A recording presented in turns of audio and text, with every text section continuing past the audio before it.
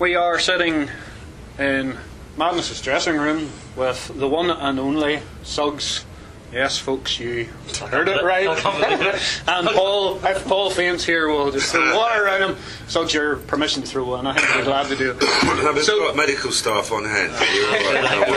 We might need it.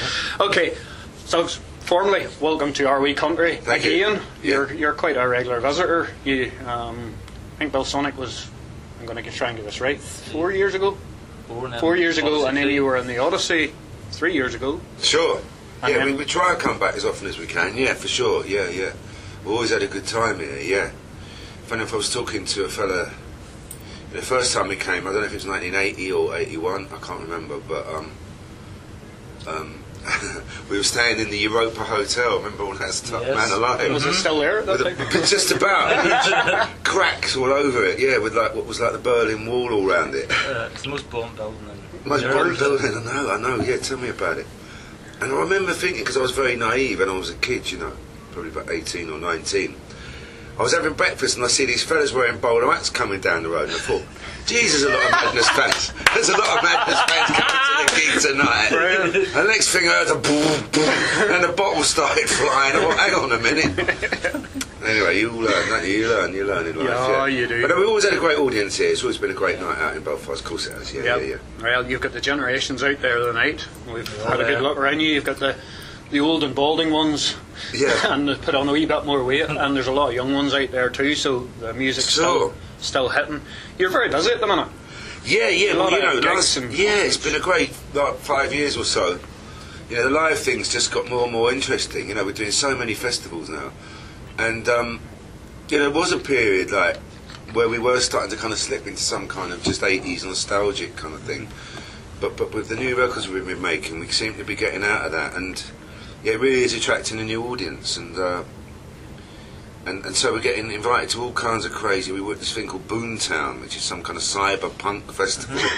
And the night before we played the Fairport Convention Folk Festival, so it's been great, you know, really different things we're doing. And you're going to, is it Qatar or Dubai or somewhere? Going to Dubai, yeah. Somewhere warm, isn't it? Somewhere warm, exactly, very warm indeed, yeah.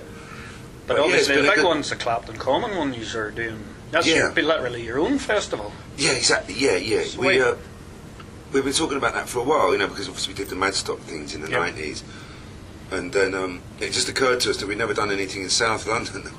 Although it doesn't seem that far, you know, from the, you know, if you're looking out in from the for North London and South London might as well be Scotland, you know what I mean? Yeah. But this opportunity came up in Clapham, and it just was great, you know. And then we were trying to get, you know, we thought, funny enough, you know, the theme that you work on, you know, we were thinking about our roots, the ska roots, you know, because obviously Madness traversed a lot of different musical styles, but we thought about concentrating on that, and we were very pleased to get Toots and the Maytals to come and join us, and then we sort of built the whole rest of the bill around that. So then there's other reggae artists, there's people like David Rodigan's DJing, and then we got some, you know, kind of like more like drum and bassy kind of things as well, to try and have a whole celebration of that kind of music and where it's ended up, you know what I mean? So yeah, it looks like it's going to be a really good day, that. How did you just feel when you reformed on the Master? How did you just feel walking out on the stage that night?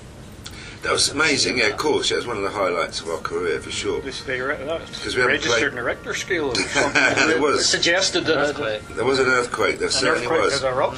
An earthquake erupted, yeah. Did you all feel that and everything? Yeah, well, I mean, you know, it was hard to remember at the time, but obviously it was filmed, so when you watch it back, now I can, you know, we just stood in a line across the front of the stage. It wasn't a plan, you know, it was just something spontaneous, because the crowd went completely mad.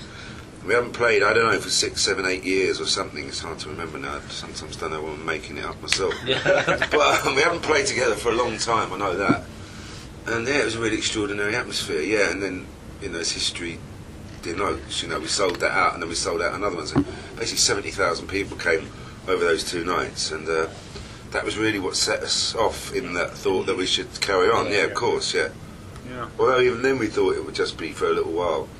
Was there no plan to just keep it going? Was it? Not at that point, you know, because all it was that we had a greatest hits album coming out, and A, and B, we never really kind of said goodbye, you know, we didn't split up officially, we just kind of fizzled out. And then we did it again. Then it was like getting how many last concerts can we do before we actually just say, why don't we just carry on for a bit? Yeah. And then it took a bit of time to get the wheels moving, but now it's sort of all up to full speed at the moment. And that's probably like people. You've heard this probably. People say your music's been the soundtrack to a lot of people's lives. Sure. From way back, and like I was at basically a ska tribute type band the other week, and the amount of kids, and I'm talking wee kids, who, when Baggy Trousers, Our House, they sung them, suddenly were down dancing. Yeah. They knew the song, and as you say, probably if you walked past, if you'd have been sitting in the crowd, the wee kids wouldn't have had a clue. No, sure. The music itself has such an impact on people's... Yes, and it, always appealed to young people, you know what I mean? I remember when we bought the record Baggy Trousers, when it first came out, it wasn't our intention, but suddenly, we were in every school playground, in the country, and I remember we were touring, and then we ended up with so many kids because they couldn't get into the licensed venues. We did a whole tour of matinees where we played in the afternoon for people under 16, which there's suddenly thousands and thousands of them appeared from all over. And but it's funny that now, I've seen that even with my own friends. When they show their kids their Madness videos, they just get it straight away, and they like it straight away. There's something about it for sure. And even about the songs actually tell that much of a story. And we recently, the local college, we have did Our House musical, which is a big thing, obviously. And they had never heard about this before. And that itself, we spoke to students and they were really buying into it. But it's the story, the way you're able to drop all those songs into a musical which tells the story of somebody's life. Yeah. But it is the story of our lives for sure. Yeah. I think whenever the House of Fun came out, it started. Us boys were on about our local town. We hadn't a clue what the song was about. There's a lot of kids who go on the stage. No. I was over at the Grand Slam last year in Chesterley Street.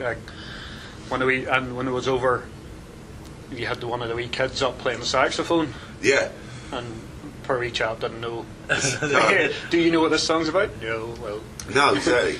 But that particular song, yeah, you kind of have to remember, especially, when that song came out, I think condoms were still banned in the Republic, you know what I mean? So I remember we played a festival with Krista Berg, and we were throwing them out as promotional things, House of Fun. And he got really annoyed, and he had a go at us afterwards. I didn't know what he was talking about. But, of course, it was a little bit contentious then. You think now it seems so kind of given trivial, but in those days, you see some of the music and what it's about and what it's the video and everything. It's just so Yeah, but it was all narrative, and it was just telling the story, and always does, and still does. That the new album we're doing, I think, is really, really great. I'm not just saying that, but again, it's telling the story of where we are now. So you can chart the whole history of who we are by those songs, and the other thing was, making those records, and still now, we had a real lot of fun, especially those early records, we were just kids, It was good fun, They're such really good fun, and I think the records capture that, they capture the atmosphere that was, surrounding us, We weren't just going in and playing the music, we were laughing our heads off pretty much all the time, I think that's when bands generate. Like I've read, and you listen to most of the bands, they generate their best music when they're all mates and they're having a bit of crack and use themselves. Sure, exactly. As you says, it fizzled out for whatever reason, and that's probably why that's happened. But the new album is basically coming out in October. Yes. The only time I've heard a couple of wee snippets. I heard Lee's version of Mumbo Jumbo when it was over in Chesterley Street. Right, I think it was in the early days of that one. Yeah, sure. That's been a work in progress. Yeah, that's turned out really good now. Yeah, it was a bit of a struggle, but I think that's turned out really well. Well, had you a good day with the Chelsea pensioners? Yeah, we did too. Yeah. They seemed to really enjoy it. It was lovely, because we were just thinking of something a bit different rather than sitting with a load of journalists. Yeah. But then it was a bit of a joke, and it was obviously we've been going for a very long time, trying to think of an institution that was even older than us. There weren't many. It was the Chelsea pensioners. But no, it was lovely, they were very nice. Because I didn't know, I only found out by being there that to apply to go there, you basically have to have been, served in the army, and have no relations. You know what I mean? No husbands or children. So it's quite sweet that all these old They seem to be really funny and a good sense of humour. The sarcasm. Of course, man. You know, I mean, all little characters, aren't they? Whatever you think of the army and all the rest of it, you know, those people have seen some things for sure. Yeah, yeah. They had a good sense of humour. They were fun. They were really good fun. Good. Enjoyed that. Yeah, it was good. Suggs, we're looking forward to the new music and everything else tonight. Good.